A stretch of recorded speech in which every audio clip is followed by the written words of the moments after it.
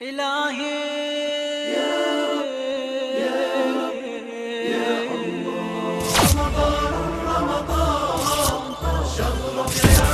اعوذ باللہ من الشیطان اللعین الرجیم بسم اللہ الرحمن الرحیم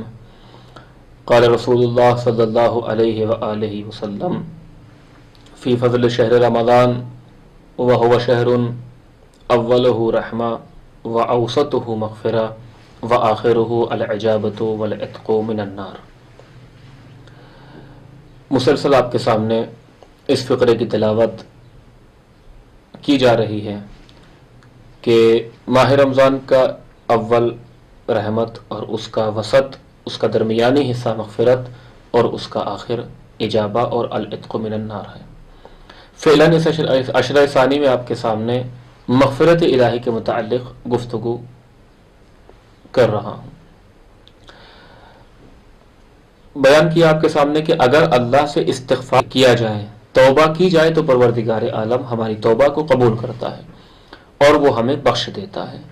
لیکن استغفار کیسے کریں، توبہ کیسے کریں، اس کی کچھ شرطیں مولا کائنات نے بیان کی ہیں۔ وہ شرطیں آپ کے سامنے میں نے بیان کی۔ گزشتہ شرطیں جو ابھی آپ کے سامنے بیان کی، وہ پہلی شرط تھی ندامت، دوسری تھی کہ دوبارہ گناہ نہ کرنے کا مستحکم ارادہ، تیسری تھی کہ گناہوں کو فراموش نہ کرے جو اس نے انجام دیے ہیں، چوتھی شرط جو آپ کے سامنے بیان کی وہ یہ کہ اس ماحول سے دور ہو جائے، ان احباب سے دوری اختیار کرے جو گناہ کرنے میں اس کے معاون تھے، پانچویں یہ ہے کہ جو اس نے عبادات ترک کی ہیں ان کی قضا بجا لائے،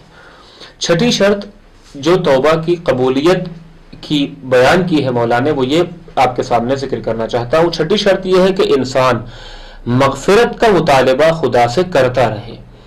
اور اپنی کوتاہیوں کا اعتراف کرتا رہے، یعنی ہر انسان پر واجب ہے کہ وہ طلب مغفرت کرے اللہ سے، یعنی فقط ندامت کا احساس یا گناہ دوبارہ نہ کرنے کا ارادہ یا اس ماحول سے دور ہو جانا جو اس کے لیے معصیت میں معاون تھا، یا ان افراد سے دوری اختیار کرنا جو معصیت میں معاون تھے، یا اسی طریقے سے مثلاً دوبارہ عبادات کا قضا کر لینا، یہ کافی نہیں ہے، بلکہ خدا سے لو لگائے، خدا کی طرف متوجہ ہو، ہر حال میں خدا سے مغفرت کا مطالبہ کرتا رہے، چونکہ ضروری نہیں ہے کہ ہم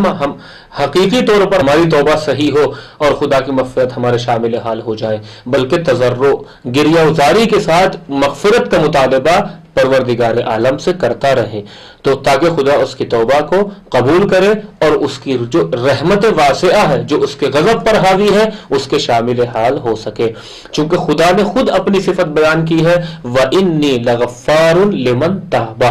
کہ میں غفار ہوں، میں خود اللہ، وَإِنِّي، بے شک میں پروردگار، میں اللہ بخشنے والا ہوں، کس کو؟ جو توبہ کرے، وَنَبِّئْ عِبَادِيَ انی انا الغفور الرحیم، اے میرے حبیب میرے بندوں کو یہ خبر پہنچا دو کہ میں غفور ہوں، میں رحیم ہوں۔ اس کے بعد خود اپنی صفت بیان کی غافر الذنب، کہ میں گناہوں کو بخشنے والا ہوں، وقابل التوب، میں توبہ کو قبول کرنے والا ہوں۔ تو وہ خدا جو غفور ہے، جو غفار ہے، اگر ہم اس سے مغفرت کا مطالبہ کریں اور اپنے گناہوں کی معافی کا مطالبہ کریں تو پروردگار عالم ہمارے گناہوں کو معاف کر دے گا۔ عزیزو، مگر شرط کیا ہے کہ جس توبہ کا طریقہ، جو طریقہ امام نے بیان کیا ہے، اس کیفیت کے ساتھ، اس طریقے کے ساتھ اگر اللہ سے توبہ کی جائے تو وہ غفار ہے۔ واقعاً قرآن کی تعبیر دیکھیں، پروردگار نے اپنے آپ کو غفار کے لفظ سے یاد کیا ہے، غافر، غفار، غفور۔ غفرہ کا معنی کیا ہے؟ یعنی اخفى الشيء تحت التراب،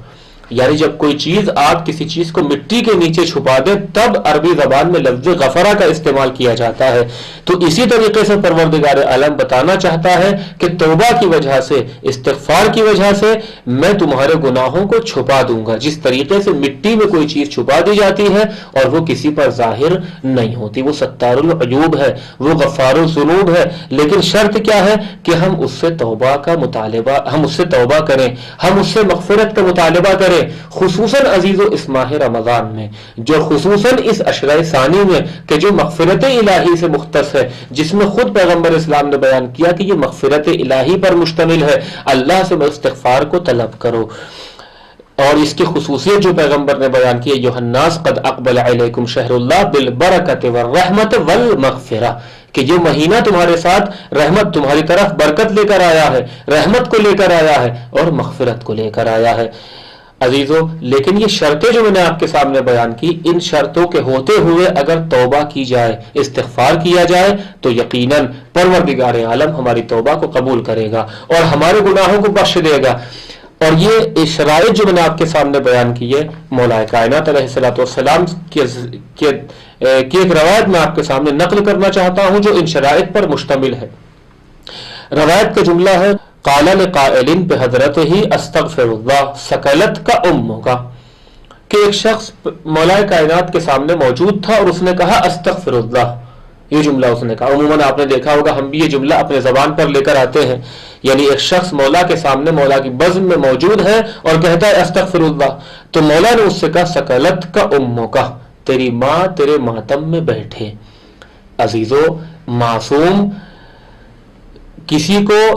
دعا دے یا کسی کو بد دعا دے تو یہ منشا الہی کے مطابق ہے۔ معصوم اپنے نفس کی پیروی نہیں کرتا کہ اپنے نفس کے مطابق کلام کرے، اس کا وہ اپنے خواہشات کی بنا پر، بلکہ وما تشاءون الا ان یشاء اللہ کا مصداق ہے۔ تو اب جیسے ہی اس نے کہا استغفر اللہ تو مولا نے کہا ثقلت کا اموں کا، بہت عزیز و عرب میں بہت سخت جملہ یہ مانا جاتا ہے، لیکن معصوم کے دہن اقدس سے نکلا ہوا جملہ ہے۔ اس کے بعد مولا نے طویل جملہ ارشاد فرمایا، اتدری ما الاستغفار، جانتے بھی ہو استغفار کیا ہے؟ الاستغفار درجۃ العلیین، استغفار علیین کا درجہ ہے، جو مقام علیین ہے جنت میں، جو بعض اس پر شہداء اور صدیقین فائز ہوں گے، ان کا درجہ ہے استغفار۔ وَهُوَ اسم واقع علی ستۃ معان، اور یہ استغفار، یہ توبہ ایک ایسا نام ہے کہ جو 6 معانی پر مشتمل ہے، کہ جس میں 6 شرطیں ہیں، جس کی 6 خصوصیتیں ہیں، یہ جس کی حقیقت 6 معانی پر مشتمل ہے۔ پہلا کیا ہے؟ مولا نے کہا اولها الندم علی ما مضی، کہ اس کی پہلی شرط کیا ہے، یہ پہلی خصوصیت کیا ہے کہ جو گزشتہ زمانے میں انجام دیا ہے اس پر شرمندگی، ندامت۔ والثانی العزم علی ترک العود الیہ، اور دوسری کیا ہے کہ دوبارہ اس پر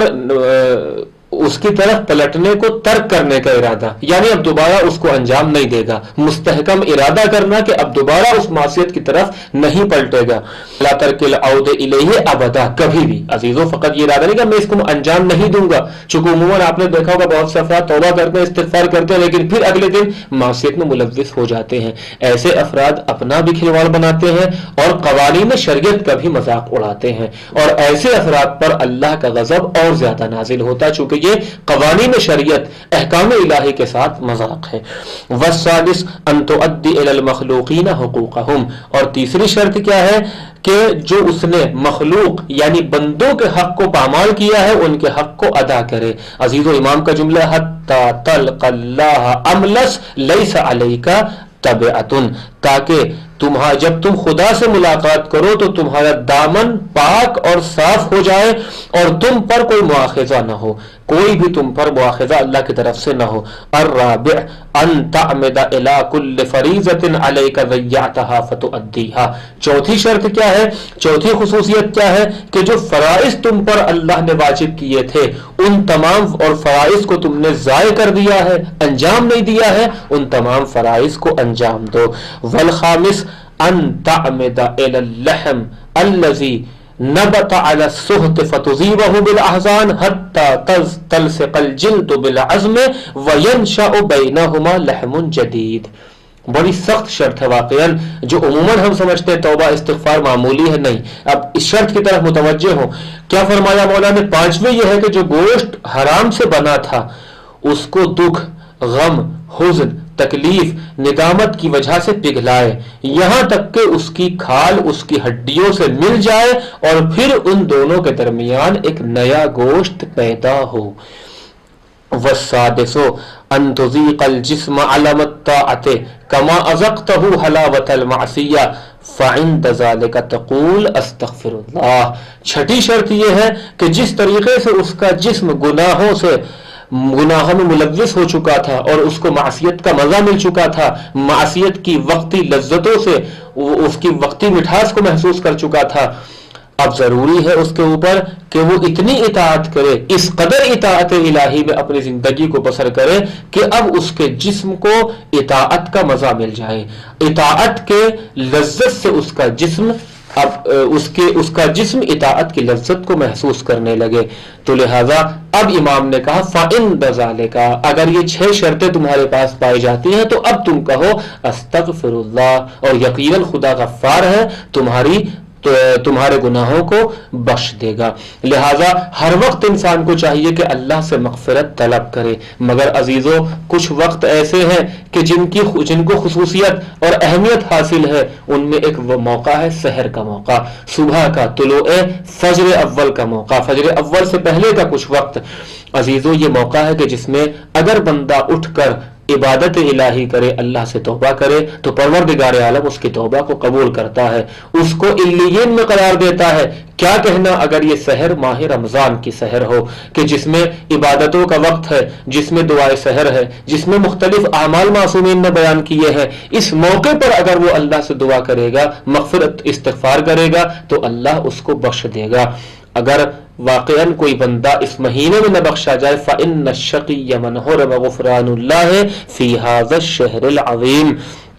کہ شقی ہے، بدبخت ہے وہ انسان کہ جو اس مہینے میں بھی نہ بخشا جائے، جس کی بخشش اس مہینے میں بھی نہ ہو۔ پروردگار عالم سے دعا ہے کہ پروردگار ہم کو توبہ اور استغفار کی توفیق عطا فرما کہ جیسی توبہ اور جیسے استغفار کا مطالبہ تیری طرف سے ہے، معصومین نے ہم سے کیا ہے، ہم ایسی توبہ اور ایسا استغفار تیری بارگاہ میں کریں تاکہ تیری مغفرت ہمارے شامل حال ہو سکے۔ پروردگار خصوصاً اس ماہ رمضان کی برکت، خصوصاً اس عشرہ ثانی کی برکت جو مغفرت کا عشرہ ہے، جو مغفرت سے مختص ہے، تمام انسانوں کے احیاء و امواتن، جو زندہ ہیں جو مر چکے ہیں، ان کو اعلی علیین میں قرار دے، ان کی قبر کو روضۃ من ریاض الجنہ میں سے قرار دے، اور جو زندہ ہیں ان کے گزشتہ تمام گناہوں کو بخش دے، اور اب آئندہ عمل صالح انجام دینے کی توفیق عطا فرما۔ ربنا تقبل منا انک انت السمیع العلیم۔